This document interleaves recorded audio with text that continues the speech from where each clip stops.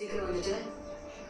Are you all right? நீங்க நினைச்சதோட சீக்கிரமா recover ஆகிட்டேன். இது என்னோட மெடிக்கல்.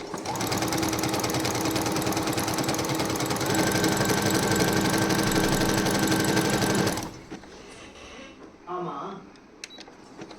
உனக்கும் ஜோகருக்கும் என்ன பிரச்சனை? உன்னை கெஸ்ட் ஹவுஸ்க்கு கூப்பிட்டானா? இல்ல உன் அழகையும் திமிரையும் பார்த்துட்டு உன்னை பின்னாடி தட்டானா?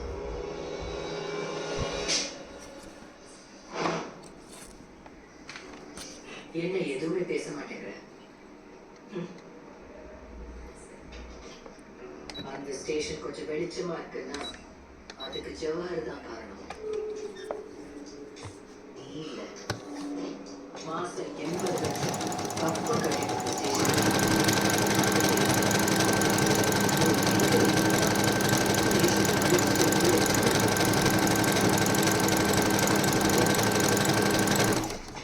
எந்த குற்றத்தையும் எப்பவும் பண்ணலாம்.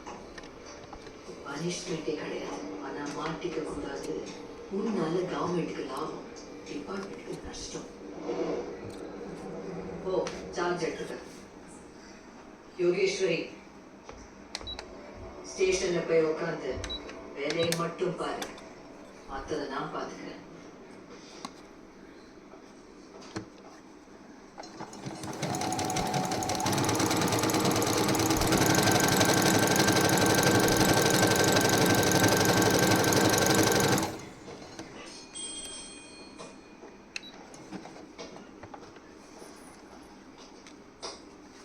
எல்லாத்தையும் எவ்வளோ வர சொல்லுங்க.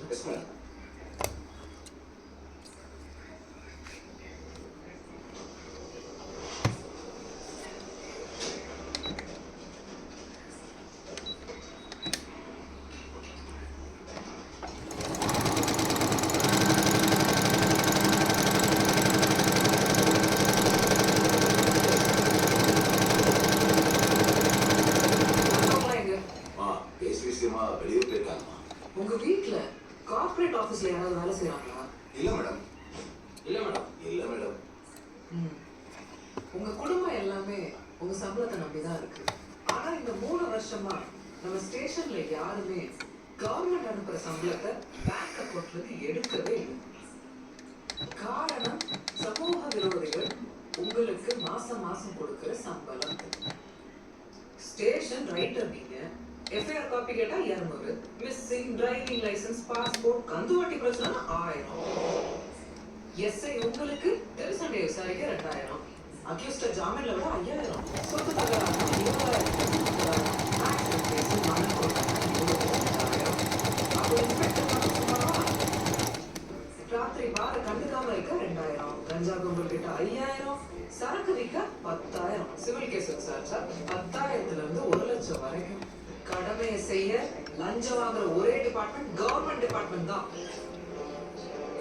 ஆனா இனிமே இதை நடக்க விட மாட்டேன். வெளியே போன்ல எழுதி போடுங்க, லஞ்சம் வாங்க மாட்டோன்னு. ஆமா, தேடப்படும் குற்றவாளிகள்னு எத்தனை வருஷமா போட்டு வச்சிருக்கீங்க? 10 வருஷமா. செத்து போயிட்டாங்கன்னு எல்லா பேப்பர்லயும் அதான வேணும். நம்ம செய்யாத வேலையை அவங்க பண்ணிடுவாங்கல்ல, நம்மளா பிடிக்க மாட்டோம். ஓகே எல்லாரும். சரி,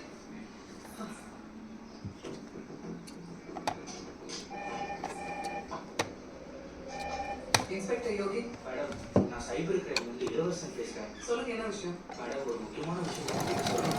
முதல்ல என்ன விஷயம் சொல்லுங்க. மேடம், அது பர்சனல் மேடம்.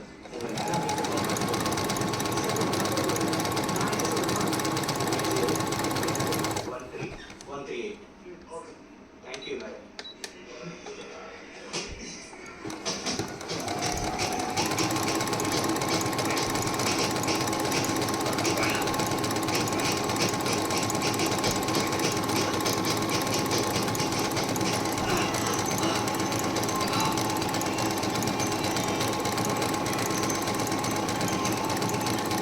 ஹலோ.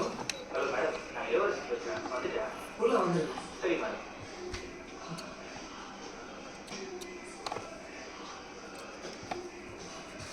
வணக்கம் மேடம். வணக்கம். என் ஐடி கார்டு. உட்காரு. சொல்லுங்க.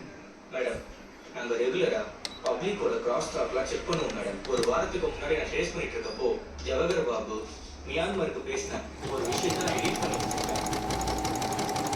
ஆந்திரால இருந்து சென்னைக்கு ஒரு கண்டெய்னர் இருக்க கொழுப்பை கரைக்கிறதுக்காகவும் ஆபரேஷன் பர்பஸ்க்காகவும் அமெரிக்காவுக்கு அனுப்பிச்சுதான் அது ஒரு பயங்கரமான போதைப் பொருள் மேடம். இதை யூஸ் பண்ண ஆரம்பிச்சிட்டாங்கன்னா 6 மாசத்துல கண்டிஷனுக்கு போயிடுவாங்க மேடம். இதோட உபயோகம் சிட்டில இப்ப பரவ ஆரம்பிச்சிருச்சு. இந்த முறை ஜவஹர் பாபு கொண்டு வர்றது 1000 கோடி ரூபாய் வேல்யூ மேடம். இது சிட்டிக்குள்ள வந்துச்சுன்னா இளைஞர்களோட எதிர்காலம் பாதிக்கும் மேடம். இது இன்னும் 2 நாள்ல ஆந்திரால இருந்து சென்னைக்கு கண்டெய்னர்ல வருது மேடம். அந்த கண்டெய்னர் நம்பர் 3181. இதெல்லாம் என்கிட்ட வந்து சொல்லிட்டு இருக்கீங்க. என்சிபி ஆஃபீஸர் கிட்ட எல்லாம் போய் சொல்லணும். நான் போய் அவங்க கிட்ட சொல்றதும் ஜவஹர் பாபு கிட்ட சொல்றதும் ஒண்ணுதான் மேடம். அதுவும் இல்லாம இந்த வண்டி வியாசப்படியை கிராஸ் பண்ணி தான் போய் ஆகணும்.